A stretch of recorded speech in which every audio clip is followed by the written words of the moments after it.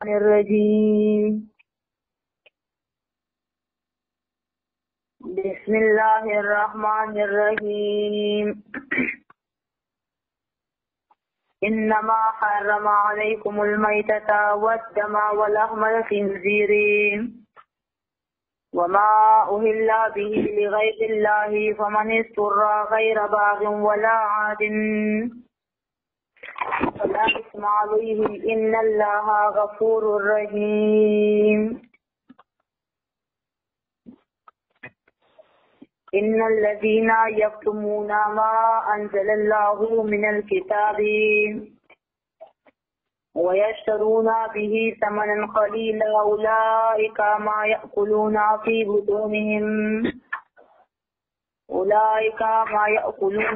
بطونهم الا النار ولا يكلمهم الله يوم القيامة ولا يزكيهم ولهم عذاب أليم أولئك الذين اشتروا الضلالة بالهدى والعذاب بالمغفرة وما أصبرهم على النار ذلك بأن الله نزل الكتاب بالحق وَإِنَّ الَّذِينَ اخْتَلَفُوا فِي الْكِتَابِ لَفِي شِقَاقٍ بَعِيدٍ۔ سورہ بقرہ شروع ہے۔ سورہ بقرہ کا مقصد ہے بیان 4 مسائل کا: اسباب توحید، اسباب رسالت، جہاد فی سبیل اللہ کا بیان اور انفاق فی سبیل اللہ کا بیان۔ یہ سورت 4 حصوں میں تقسیم بھی ہے، جس میں پہلا حصہ آیت نمبر 1 سے لے کر آیت نمبر 100 تک ہے، دوسرا حصہ آیت نمبر 101 سے لے کر آیت نمبر 176 تک، تیسرا حصہ آیت نمبر 177 سے لے کر 177 سے 253 تک، اور چوتھا حصہ 254 سے لے کر سورت کے آخر تک ہے۔ ہبا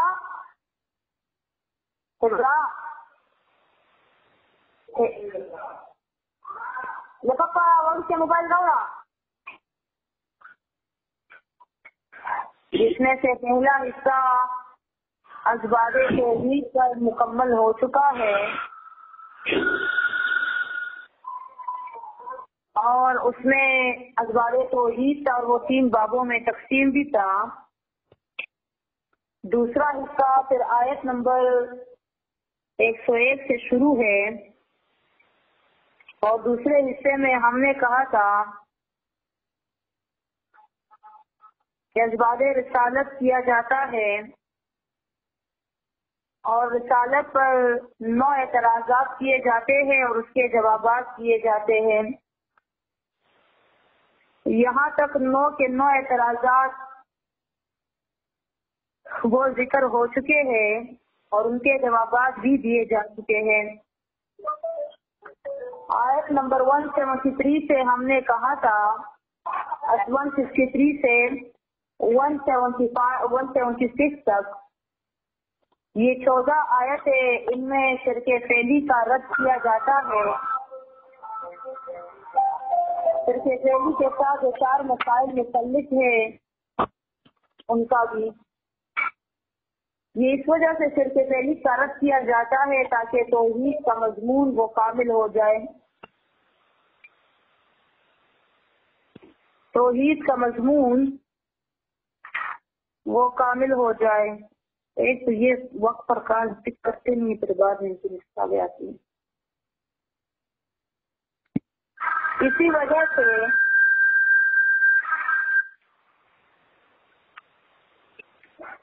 وجہ سے اس میں دوبارہ سے دعوی توحید بھی لایا گیا، وَإِلَٰهُكُمْ إِلَٰهٌ وَاحِدٌ کے عنوان سے، اور اس پر 8 دلائل عقلیہ بھی بیان ہوئے اور زجر دیا گیا منکرین دعویٰ کو۔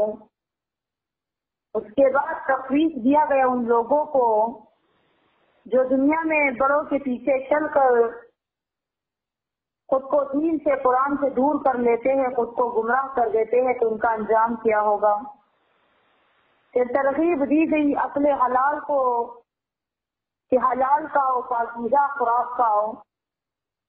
اس کے بعد زجر باستدلال باطل کا ذکر ہوا، پھر تسلی دی گئی کہ آپ بیان کرتے ہو ان کو قرآن کریم کا، یہ نہیں سنتے، تو ان کی مثال جانوروں کی طرح ہے، گائے بیل بکریوں کی طرح ہے، جو اپنے مالک کی آواز کو تو سنتے ہیں لیکن اس کو سمجھتے نہیں ہے۔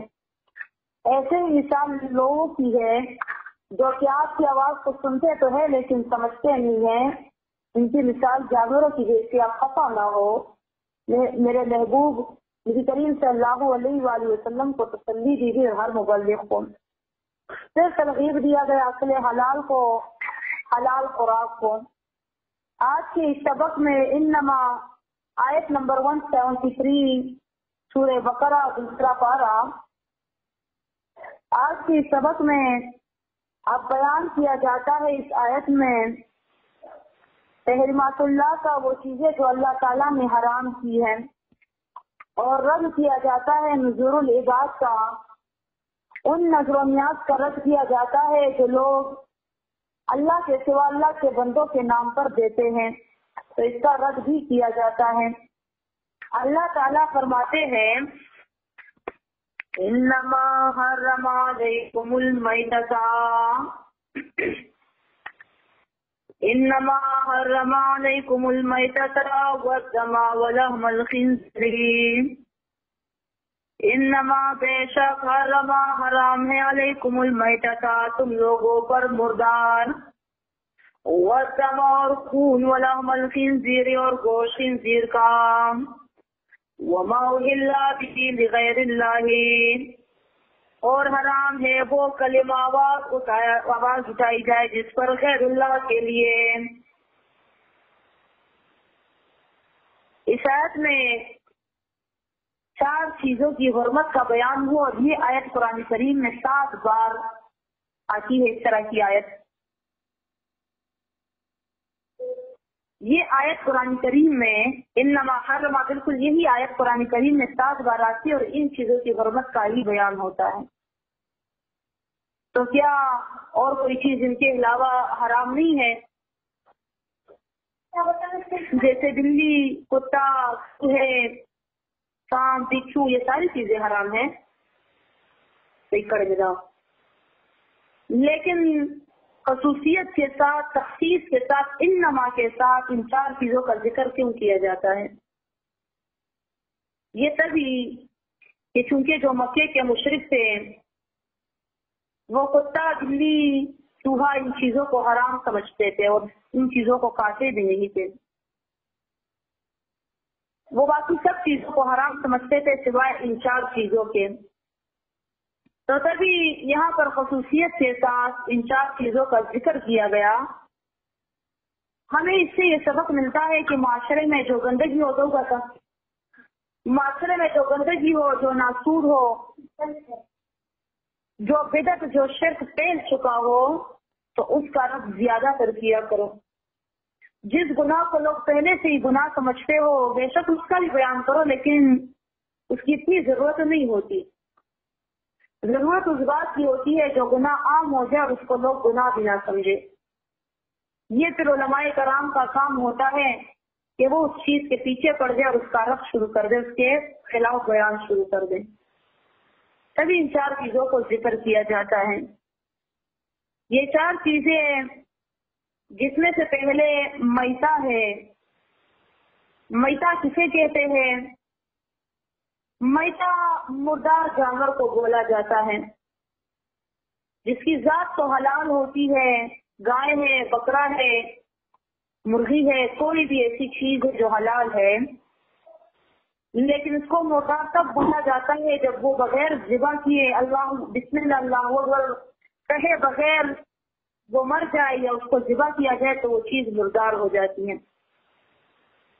اور اس کی پھر ڈیٹیل سورہ مائدہ ہے، انشاءاللہ ہم ذکر کریں گے آیت نمبر 3 میں، کہ اگر کسی جانور نے اس کو سینگ مارا ہو پہاڑ سے لڑکھڑا کر یہ جانور گرا ہو، گاڑی نے سے ٹکر ماری ہو، اس کے گلے میں وہ اس کا جو اپنا وہ اس کی اپنی جو رسی ہوتی ہے وہ اس کے گلے میں پھنس کر یہ جانور مر چکا ہو، مطلب کسی بھی اور طریقے سے اس کی سانس نکل جائے، بسم اللہ اللہ اکبر کے بغیر یہ مردار ہو جائے، یہ کیا ہے؟ اس کی ذات تو حلال تھی لیکن یہ کلمے کے ساتھ متقی نہیں ہوا، پاک نہیں ہوا تو یہ مردار ہے، اب اس کا گوشت کھانا مسلمانوں پر حرام ہے۔ دوسری چیز ہے والدم، خون پینا بھی حرام ہے، لیکن یہاں پر مطلق ذکر کیا گیا ہے کہ صرف خون، حالانکہ اس سے مراد صرف خون نہیں ہے، اس کی تفسیر پھر کی جاتی ہے سورہ انعام آیت نمبر 45 میں 45 میں کہ کون سا خون حرام ہے؟ جو دمن مسفوحہ ہے، دمن مسفوحہ یعنی بہنے والا خون حرام ہے، یہ جس وقت جانور کو ذبح کیا جاتا ہے اور اس سے جو خون نکلتا ہے تو وہ خون پینا یا اس کا کھانا یہ حرام ہے۔ باقی جو گوشت کے ساتھ جو قربانیاں ہوتی ہیں اور جو گوشت کے ساتھ ہمارے یہاں پھر خون لگا ہوتا ہے نا، تو اگر آپ اس کو دو لے تو صحیح، لیکن نہ بھی دو تو وہ خون حرام نہیں ہے، وہ گندا نہیں ہے، آپ اس خون کے ساتھ بھی گوشت کو رکھ سکتے ہو، پانی ڈال کر اس کو رکھ دو آپ چولہے پر، لیکن کیونکہ ہم خود دھو لیتے ہیں، لیکن حرام نہیں ہے وہ خون سے۔ جو خون بہتا ہوا ہوتا ہے جس وقت جانور ذبح ہو جو اس کی رگوں سے جو خون نکل رہا ہوتا ہے وہ حرام ہے۔ اسی طرح تیسری چیز ولحم الخنزیر، خنزیر کا گوشت، لیکن یہ یاد رکھتے یہاں پر صرف کہا تو خنزیر کا گوشت ہے، لیکن اس میں خنزیر کی تمام پارٹس آف باڈی آ جاتی ہے، تمام خنزیر میں جو موجود ہے سب چاہے پھر وہ خنزیر کی چربی ہو، خنزیر کی ہڈیاں ہو، خنزیر کے بال ہو، خنزیر کا وہ چمڑا ہو، جو بھی چیز اس سے جو بھی چیز بنائی جائے، چاہے وہ میک اپ کے سامان کے طور پر کوئی چیز، کیونکہ اکثر انگریز لوگ ہم کہتے ہیں امپورٹڈ چیزیں اور برانڈیڈ چیزیں ہیں، تو وہ اکثر خنزیر کے بالوں سے یہ جو برشز ہوتی ہیں، یہ اس کے چمڑے سے جو بیگ ہوتے ہیں طرح طرح کے، اور یہ اعلیٰ بیگ ہے، یہ امپورٹڈ بیگ ہے اور یہ برانڈیڈ بیگ ہے، تو وہ اس چیز سے وہ بناتے ہیں، ان کا تو اکثریت کاروبار اسی سور کے ذریعے چلتا رہتا ہے، اس کی چربی سے وہ سارا کچھ بناتے ہیں، جتنی چپسیں ہوتی ہے جو وہاں سے پیک آتی ہے، چیزیں جو بند آتی ہے، اس میں سارا انہوں نے خنزیر کی چربی ڈالی ہوتی ہے، تو یہ خنزیر کی ہر ایک چیز حرام ہے۔ آپ کو پتہ ہے مردار جو جانور ہے جو ابھی میں نے کہا یہ مردار ہے، لیکن اس کا صرف گوشت کھانا حرام ہے، لیکن اس کی آپ باقی چیزیں استعمال میں لا سکتے ہو، ہڈی استعمال میں لا سکتے ہو، بال استعمال میں لا سکتے ہو، چمڑا استعمال میں مطلب لا سکتے ہو، مطلب بیرونی اس کی جتنی بھی اشیاء ہے اس کو آپ استعمال میں لا سکتے ہو۔ خنزیر واحد ایک ایسا جانور ہے کہ اس کی کوئی بھی چیز کسی بھی صورت میں استعمال میں لانا جائز نہیں، اور اس کے ذریعے نماز بھی نہیں ہوتی۔ اس کی جو جیکٹ بنی ہوتی ہے، جیکٹ بھی اکثر اس کے چمڑے کی ہوتی ہے یا کوئی بھی اور چیز، تو اس سے نماز بھی نہیں ہوتی۔ جوتے جو بنے ہوتے ہیں تو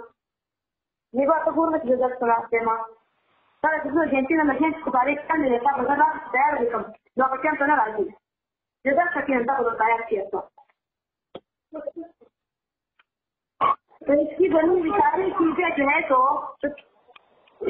ہوئی ساری چیزیں جو ہے تو وہ حرام ہے۔ اب وما ذلہ بھی لغیر اللہ، اس پر ہم الگ سے انشاءاللہ بیان کریں گے۔ یہ تین چیزیں اسی طرح جو حرام ہے یہاں پر، یہ تین چیزیں جو یہاں پر حرام جن کو کہا گیا، ویسے یاد رکھیے ورغم کا اللہ نبی کریم نے جن چیزوں کو حرام کہا ان کو حرام کہنا اور خود پر حرام کرنا ہم پر فرض ہے کہ ہم وہ خود پر حرام کریں۔ جن چیزوں کو اللہ نے حلال کہا ان کا خود پر حلال کرنا ہم پر لازم اور فرض ہے۔ مطلب یہ نہیں کہ ہم اس میں علتیں ڈھونڈے کہ اس کی علت کیا ہوگی، اس کی وجوہات کیا ہوگی کہ یہ چیز ہم پر حرام ہے، یا یہ حکم اللہ ہمیں دیتا ہے اس میں کیا حکمت ہے۔ حکمتوں کو تلاش کیے بغیر بھی ہم اللہ تعالیٰ کے احکامات کو مانیں گے، لیکن اگر کسی حکم میں، کسی حلال چیز میں یا کسی حرام چیز میں آپ کو حکمتیں معلوم ہو جائیں تو وہ بھی اچھا ہے کہ آپ کو پتا ہو اس کے بارے میں۔ یہ چیز اللہ نے کیوں حرام کی یا کیوں حلال کی ہے۔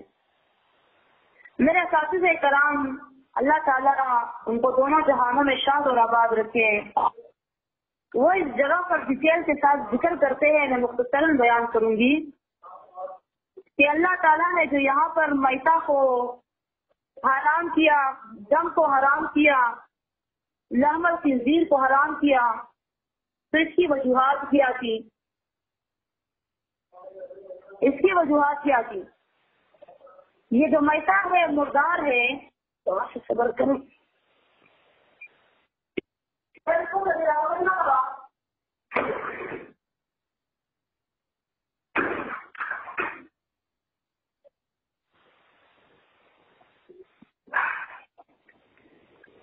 جو میتہ اللہ تعالیٰ نے حرام کیا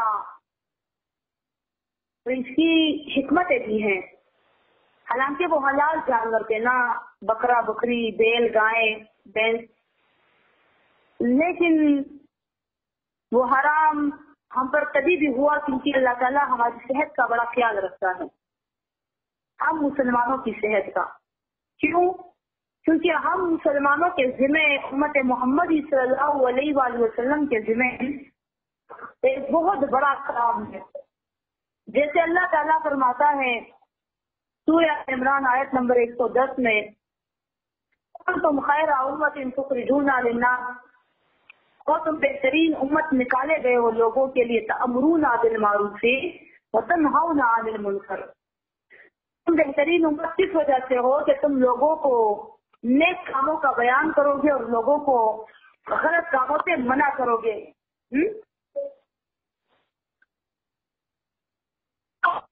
میں نے معاف کیا نا، سب کیا تباہ نہیں کرتی وہاں پورا تو سامنے لگے آنا تھا۔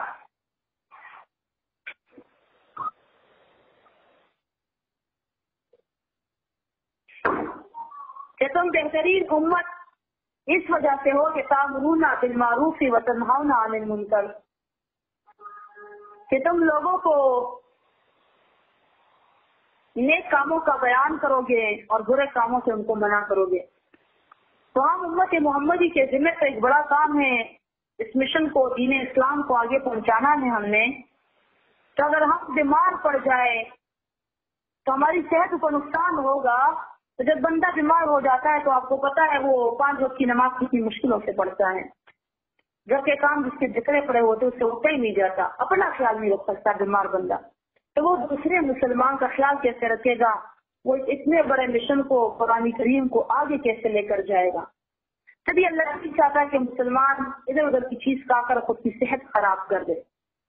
آپ دیکھیے اس میں اللہ نے ہمیں کتنا بیان کیا، میں نے کہا اس میں حلال اور حرام کا بیان ہوتا ہے، حلال کا اور پاکیزہ کا۔ اللہ ہمیں بیمار نہیں دیکھنا چاہتا، اور انسان خود کو بیمار تقریباً خود ہی کرتا ہے اپنی احتیاطی اور بدپرہیزی کی وجہ سے۔ تو یہ جو مردار گوشت ہم پر حرام ہے، مردار کا گوشت، تو سب کو ہی پتا ہوگا کہ جو بھی بیماریاں ہوتی ہے وہ دراصل خون میں ہوتی ہیں۔ جب اس جانور کو ذبح کیا جاتا ہے نا، عام طور تو ہم نہیں دیکھتے لیکن قربانیوں میں دیکھتے، عید میں دیکھتے ہیں، تو جب اس کو زندہ حالت میں ذبح کیا جاتا ہے تو ایک تیزی کے ساتھ اس کا سارا خون نکل جاتا ہے، اور خون میں سارے جراثیم بھی اس کے ساتھ ہی بہہ جاتے ہیں، تو وہ جانور پاک ہو جاتا ہے۔ بسم اللہ اکبر بھی دیا جاتا ہے۔ جبکہ دوسری طرف ایک جانور جو بغیر چھری کے مردار ہو اور پھر تم اس پر لاکھ چھری پھیرو، لیکن خون اب اس سے نہیں نکلنے والا، خون تو سانس کے ساتھ نکلتا ہے۔ جب دل پمپ کرتا ہے، حرکت کرتا ہے تو خون چل رہا ہوتا ہے، جب دل بند ہو جاتا ہے تو خون کہاں سے نکلے گا؟ جب اگر تم اسے مردہ حالت میں ذبح بھی کر رہو، ٹکڑے ٹکڑے بھی کر رہو، تو خون اس سے نہیں نکلا، خون اس کے اندر گوشت کے ساتھ جم گیا اور ساری وہ گوشت میں وہ خون سرائٹ کر گیا، اس میں مل گیا سارا۔ اب وہ گوشت تم کھاؤ گے تو تمہاری صحت کو نقصان ہوگا۔ جانوروں میں بھی کئی طرح کی بیماریاں ہوتی ہے، جیسے انسانوں میں ہوتی ہے، تو وہ بیماریاں تم میں منتقل ہو جاؤ گی اور بیمار پڑ جاؤ گے۔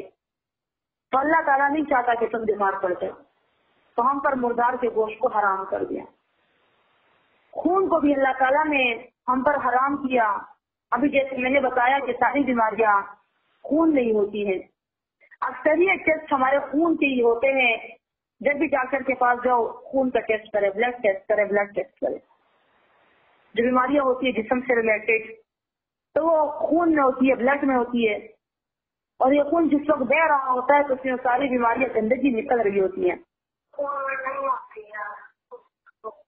کس چیز میں ہوتی ہے؟ آپ کی آواز مجھ تک آئی؟ خون میں نہیں ہوتی تو کس چیز میں ہوتی ہے؟ ڈاکٹر راجیہ؟ جی ڈاکٹر راجیہ آپ کچھ بول رہی تھی؟ جی ہاں، خون سے ہمیں پتہ لگتا ہے۔ میں آپ نے بتا خون میں نہیں ہوتی، بیماری خون سے پتہ لگتی ہے۔ آپ خون سے پتہ لگتی ہے تو خون میں وہ جراثیم موجود ہو رہے تبھی پتہ چلتی ہے نا۔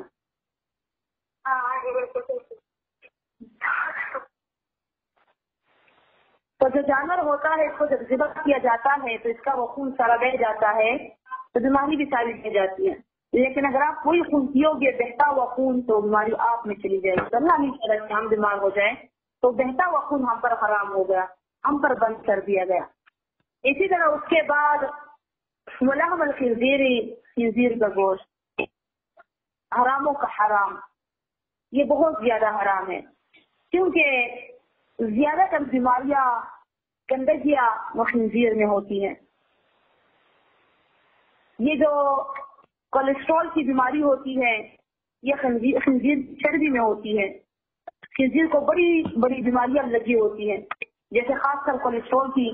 یہ بیماریاں تو مسلمانوں میں تھی ہی نہیں، اپنے بڑوں سے پوچھے، حالانکہ وہ دیسی جی کٹورے بھر بھر کر دیا کرتے تھے، لیکن سارے ایسے بالکل سوکھے چانچے ہوتے تھے اور پیدل چلا کرتے تھے، صحت مند ہوتے تھے، اپنی ٹانگوں پر کڑے کڑے مر جاتے تھے۔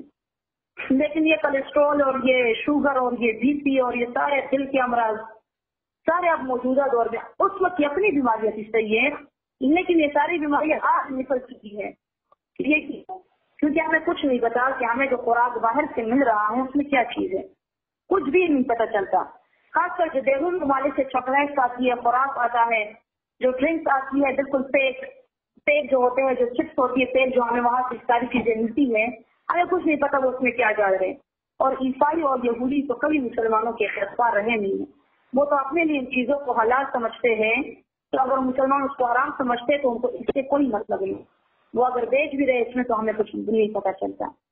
تو خنزیر کے گوشت میں بہت ساری بیماریاں ہوتی ہیں تو ایک طرف، لیکن خنزیر میں اور بے حیائی کا مرض خنزیر میں بڑا زیادہ ہوتا ہے۔ دوسرا ایک مرض ہے جس کو لواست بولا جاتا ہے، یہ مرض بھی خنزیر میں پایا جاتا ہے۔